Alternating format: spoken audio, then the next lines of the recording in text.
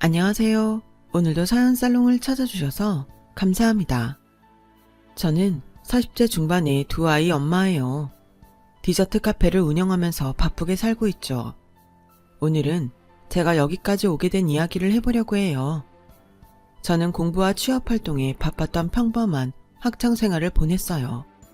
대학 졸업과 동시에 꽤 큰 여행사에 취직했었는데 마침 IMF 사태가 일어나서 입사가 취소됐어요. 저는 신림동 고시촌에 들어가서 공무원 준비를 했고 열심히 한 덕택에 행정공무원에 합격했답니다. 부모님 사업이 IMF 때문에 많이 어려워졌던 때라 집에서 다들 많이 좋아하고 기뻐했어요. 저는 시청 사업부서에서 일을 하면서 대학 졸업학기였던 여동생 돈도 챙겨주고 부모님 사업에 필요한 돈도 대출을 받아서 드렸죠. 비록 적은 돈이긴 했지만 조금이라도 집에 보탬이 될 수 있어서 마음이 뿌듯했어요.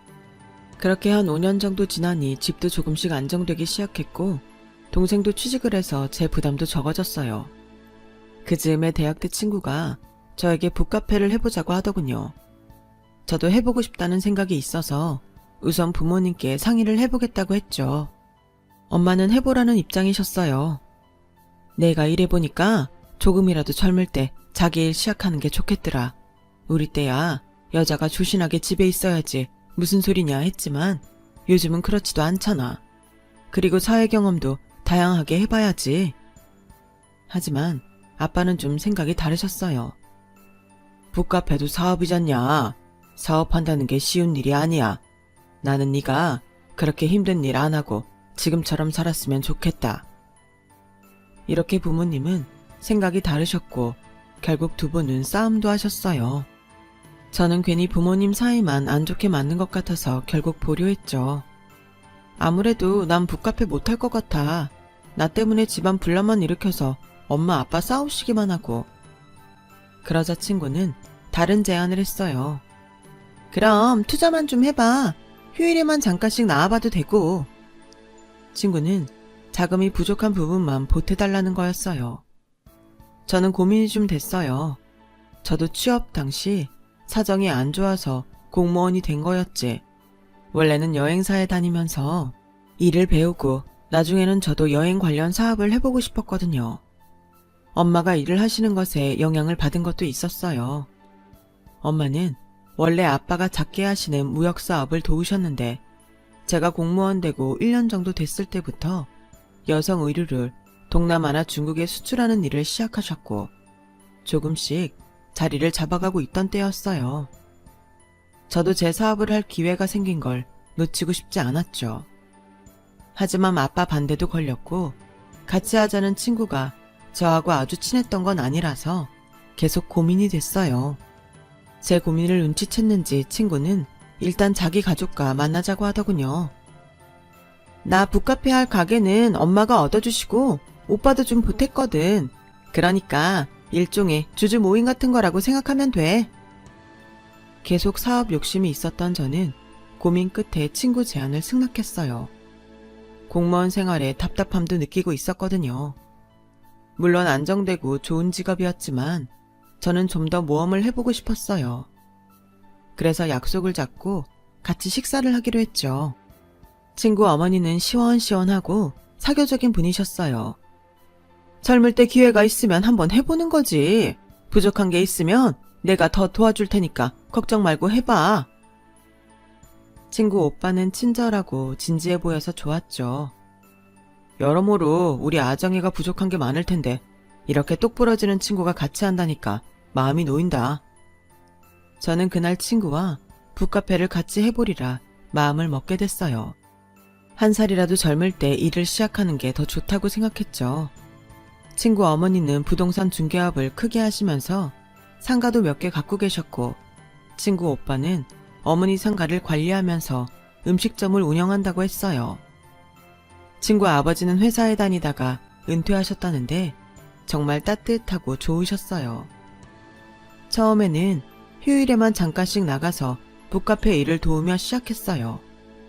그러다 보니 같이 모여 스터디하는 공간이 있으면 좋겠다 싶더군요. 친구에게 제 아이디어를 말했고 친구도 그러자고 했어요.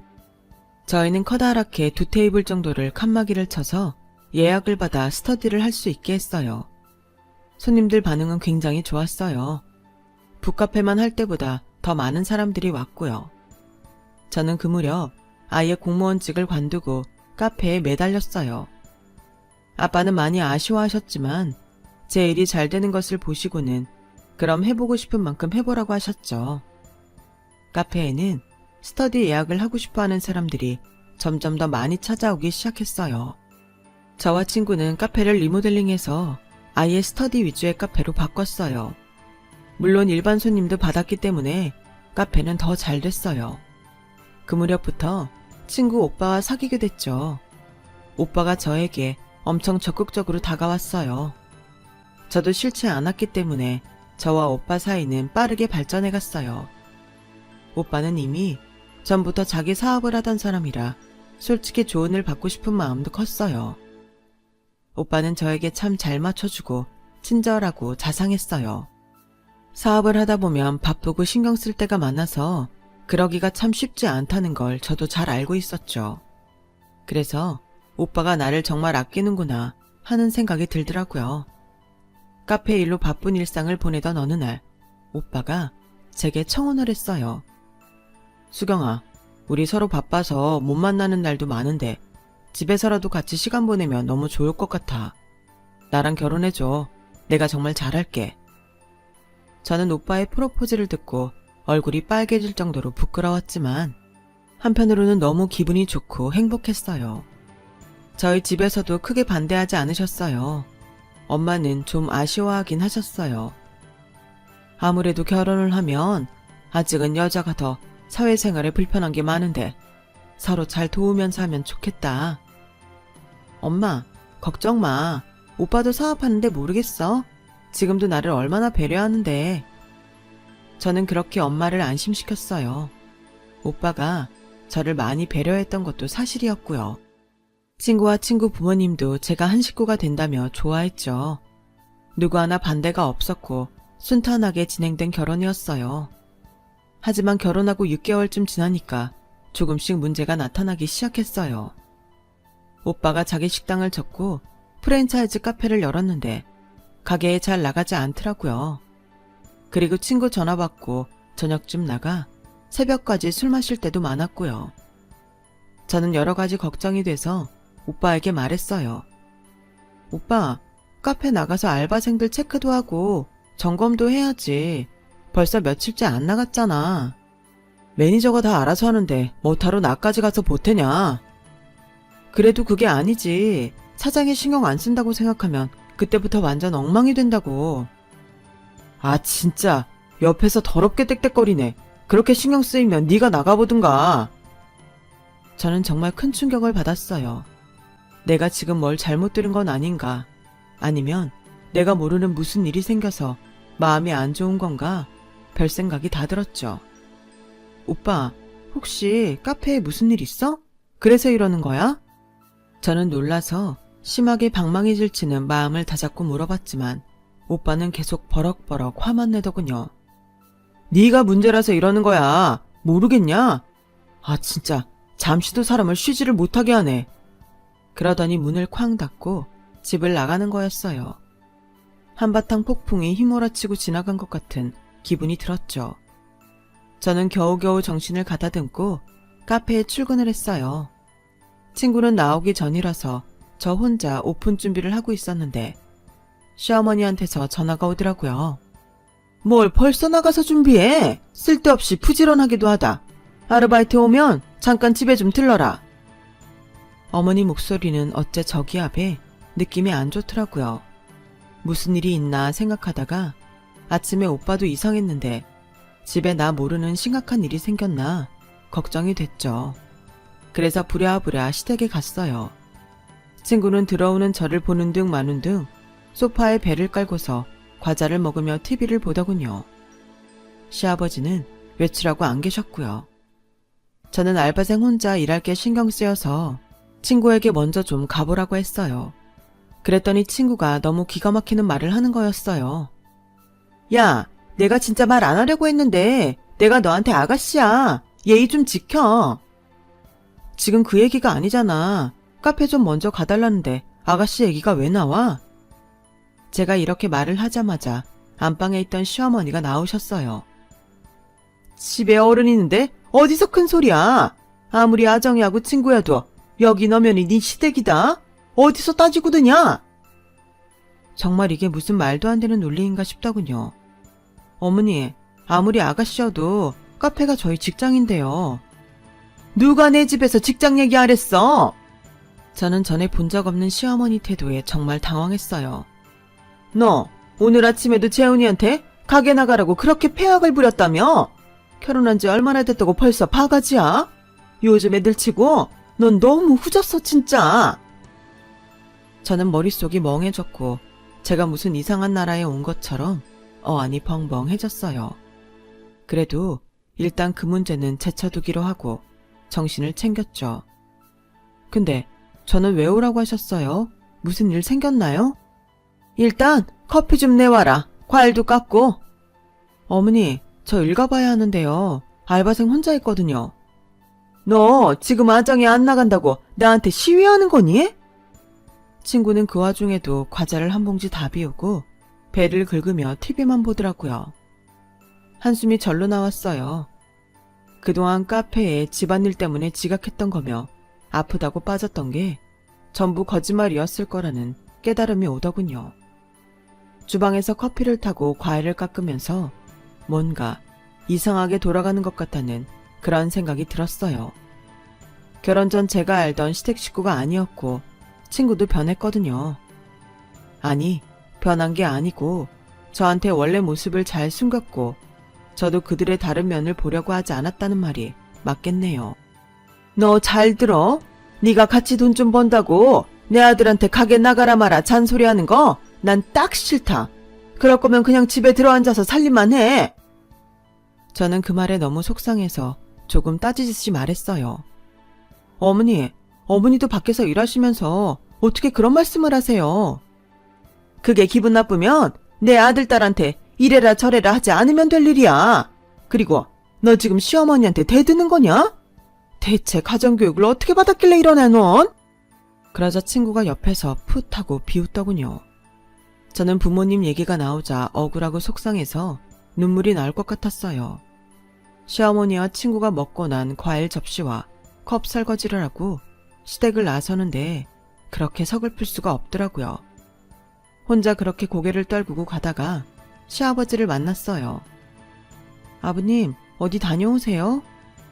시아버지는 인자하게 저를 보시더니 잠깐 어디 같이 가자고 하셨어요. 그리고는 제가 좋아하는 곰탕집에 데리고 가셔서 뜨끈한 곰탕과 수육을 사주시는 거였어요. 속이 든든하고 뜨뜻해야 뭐래도 버티지. 많이 먹어라. 아버님이 많이 드시고 건강하셔야죠. 그러면서 아버님 앞접시에 고기를 놓는 제게 이렇게 말씀하셨어요. 무슨 일 있으면 어려워 말고 나한테 얘기해라. 집 식구들이 제멋대로인 거 내가 다 가장으로 바로 서질 못해서야. 아버님, 무슨 그런 말씀을 하세요. 저는 자꾸 눈시울이 붉어지려는 걸 애써 참았어요.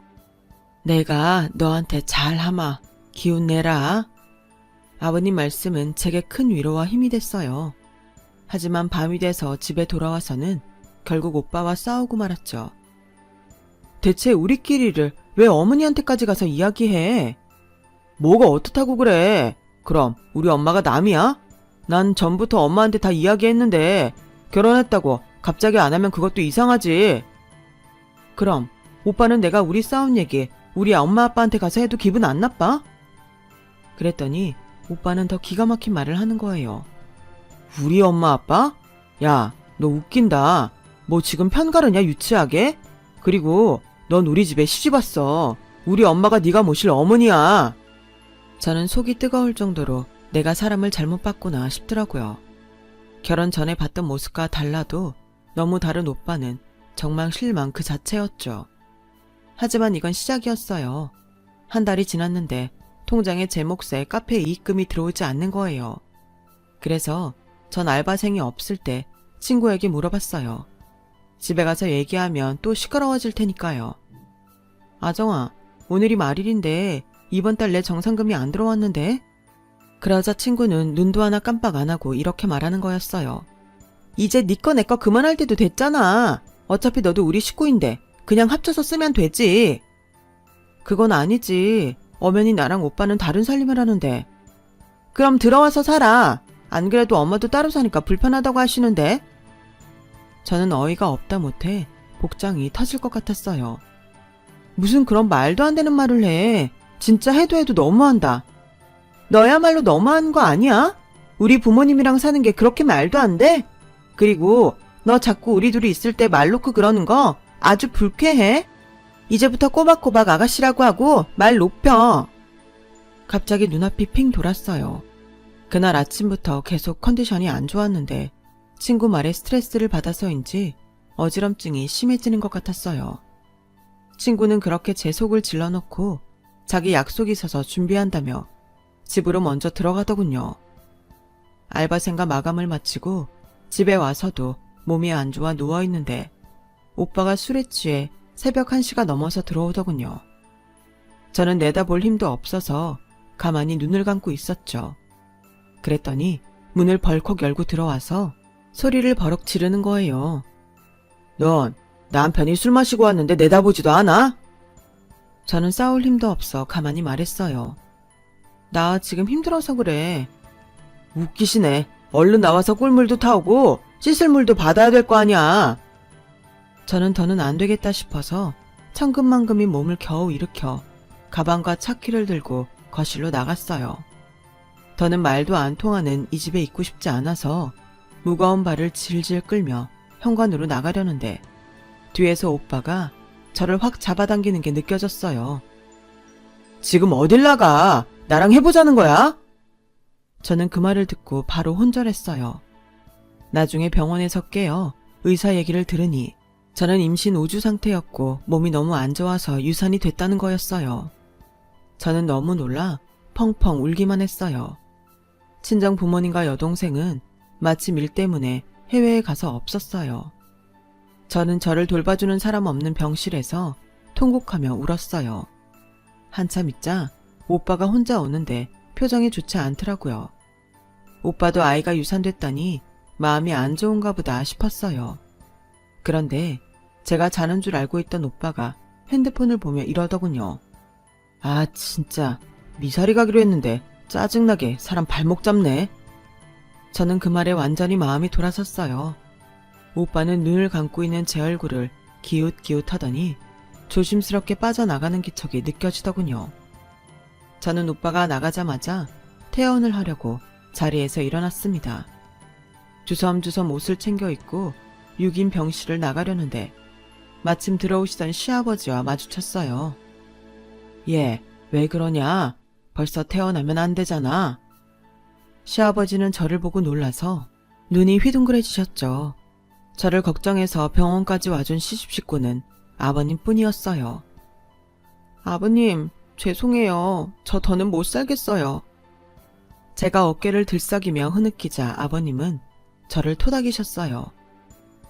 내가 너를 붙잡으면 노욕이겠다 싶구나. 식구들 등살에 치여서 사는 건 나 하나면 족하다. 편한 대로 하거라. 저는 거듭 아버님께 죄송하다고 하며 병원을 나와 친정으로 갔어요. 그리고 부모님과 여동생이 오기 전에 먼저 이혼 준비를 했죠. 시어머니는 코웃음만 치고 오빠는 제 전화나 문자도 씹더군요. 그래, 이혼녀 딱지 붙이고 얼마나 잘 사나 보자. 나도 내 손주 건사 못하는 며느리는 싫다. 저는 시어머니 악담에 몸서리가 쳐졌지만 괜한 꼬투리 잡히기 싫어 입 다물고 가만히 있었어요. 오빠는 나중에 문자로 그럼 카페는 그만둘 거냐는 것만 묻더군요. 친구는 더 가관이었어요. 이혼하면 카페도 안 할 것 같은데 이제 와서 투자금 돌려받을 생각은 하지 마. 어차피 리모델링 비용이나 고정 지출비는 우리 집에서 더 많이 됐잖아. 변호사는 제가 결혼 후 제대로 쓴 계약서가 없어서 소송을 해도 돌려받을 수 있는 금액이 많지 않다고 했어요. 저는 투자금을 깨끗이 포기하기로 했어요. 그래야 그 집과의 인연을 빨리 끊을 수 있을 것 같았으니까요. 부모님과 여동생은 나중에 이 사실을 알고 그저 저를 안고 토닥여 주기만 했죠. 여동생은 제가 행복할 줄만 알았다며 많이 울었어요. 친구와 했던 카페는 갈수록 잘 되고 있었어요. 하지만 저는 모든 걸 처음부터 시작해야 했죠. 처음부터 다시 발품을 팔아가며 가게를 알아보고 아이템을 고민하던 저는 집에서 마들렌을 만들다가 디저트 카페를 해보면 어떨까 하고 아이디어를 떠올리게 됐어요. 카페를 한번 해봤던지라 자신도 있었고 제가 마침 베이킹 자격증이 있어서 처음에는 저 혼자 할 수 있겠다 싶었거든요. 저는 혼자 감당할 수 있을 만한 크기의 가게를 얻고 바로 디저트 메뉴 연구에 들어갔어요. 저는 생과일을 얹은 숏케이크와 요거트를 주력으로 하는 작은 매장을 열게 됐어요. 아메리카노는 원하는 만큼 리필도 해주었고요. 열심히 친절하게 손님을 맞이하다 보니 조금씩 입소문이 났고 블로그 포스팅도 하게 됐죠. 무엇보다 저희 숏케이크가 맛있다고 오는 손님들이 점점 늘어났어요. 매장은 손님들을 수용하기 너무 작아져서 옆에 있던 옷가게를 얻어 넓게 하나로 트게 됐고요. 파티시에와 카운터 직원도 두면서 사업은 점점 커졌어요. 다른 지역 카페 사장님께서 자기네가 2호점 하고 싶다는 연락도 왔고요. 저는 그동안 제가 고생하고 피눈물 흘린 게 다 보상받는 것 같아서 너무 마음 뿌듯했죠. 가족들도 진심으로 기뻐했어요. 특히 엄마는 제가 이혼한 것 때문에 주눅이 들까봐 늘 격려를 해주셨죠. 요즘 세상에 이혼이 무슨 흠이냐? 네가 능력 있으니까 일도 잘 되잖아. 그거면 됐어. 너만 잘 되면 다 좋은 거야. 그런 엄마 덕분에 저는 이따금 남들이 제 이혼녀래 라며 은근히 손가락질 하는 것도 씩씩하게 잘 넘기며 제 사업에 몰두할 수 있었답니다. 그러다가 제 여동생이 결혼을 하게 되는데 결혼식장에서 만난 대학 친구가 제게 시댁 소식을 전했어요. 수경아, 네 전 시아버지 돌아가셨대. 못 들은 것 같은데 그래도 너 이뻐하셨다고 해서 전해야 될 것 같네? 저는 정말 깜짝 놀랐어요. 그동안 시간이 많이 지나긴 했지만 나이에 비해 정정하셨던 분이 돌아가셨다니 마음이 아프더라고요. 결혼식을 다 끝내고 친구에게 알아보니 내일이 시아버지 장례 발인이라고 하더라고요. 저는 계좌로 부의금만 보내려고 준비하다가 문득 아버님이 유산하고 혼자 있던 병실에 찾아오셨던 모습을 떠올렸어요. 아무리 다른 사람이 싫어도 제게 끝까지 따뜻하게 대해주시고 도리를 지켜주신 어른이 돌아가신 자리에 찾아가지 않는 건 예의가 아니라는 생각이 들더라고요. 그래서 저는 장례식장으로 발걸음을 옮겼어요.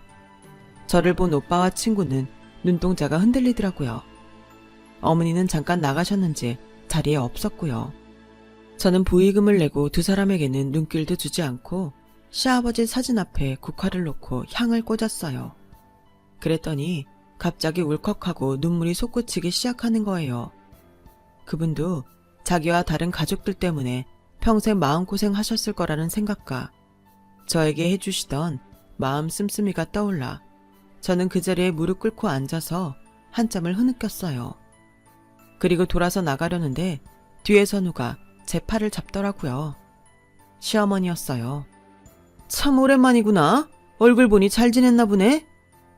저는 그런 시어머니 인사에 헛웃음이 났어요.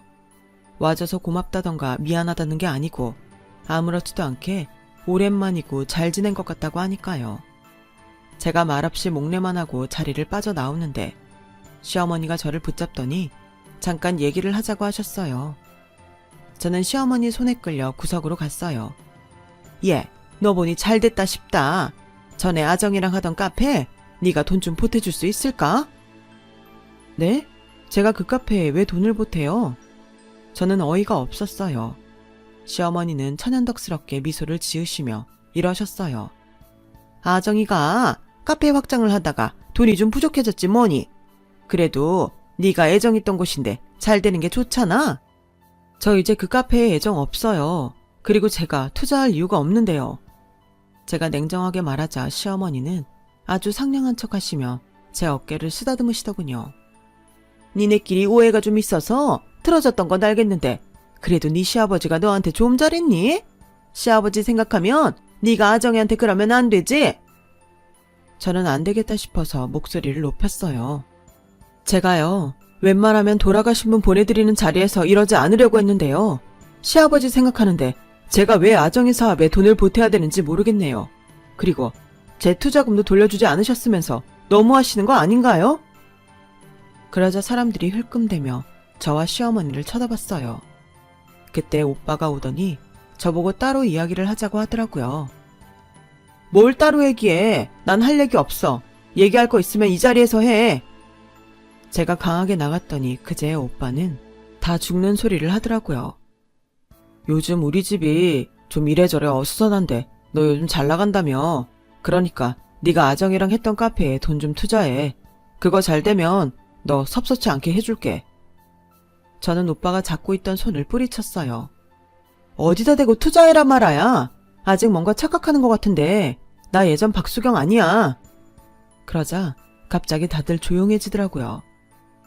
나를 언제든 빨대 꽂고 빨아먹을 수 있는 호구로 생각했나 본데 내가 카페에 투자했던 돈 돌려달라고 소송하지 않는 것만도 다행으로 생각해. 그리고 어머니! 제가 부르자 시어머니는 흠칫하시면서 저를 보셨어요. 저 아정이랑 오빠 때문에 스트레스 받아서 유선하고도 어머니 저 병문안도 한번 안 오셨잖아요. 그리고 이혼녀 딱지 붙이고 얼마나 잘 사나 보자고 하셨죠? 저보고 돈 달라고 하실 정신 있으시면 아정이나 똑바로 가르치세요.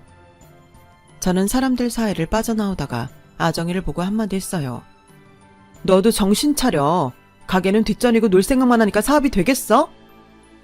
그렇게 저는 전남편과 시어머니 그리고 친구에게 따끔하게 한마디 하고 시댁과 완전히 정리를 했죠. 시아버지를 마지막으로 뵌 게 장례식장이어서 마음이 아팠지만요. 시간이 많이 지나고 저는 좋은 사람을 만나 재혼했어요. 지금 남편은 친구처럼 재미있는 사람이에요. 딸 하나, 아들 하나도 낳았고요. 남편은 친정에도 아들 노릇하며 잘 지내고 있어요. 저는 그때 평생에 액땜을 했다고 생각하고 있어요. 아무리 하고 싶은 일이 있다고 해도 덥석덥석해서는 안 된다는 것도 알았고요. 아주 비싼 인생 수업을 한 것 같아요. 제 얘기는 여기까지예요. 들어주셔서 감사하고요. 다들 행복하세요. 여러분, 사연 댓글에 응원과 현명한 조언 부탁드려요. 좋아요와 구독은 저에게 큰 힘이 됩니다. 오늘도 좋은 일 가득하세요.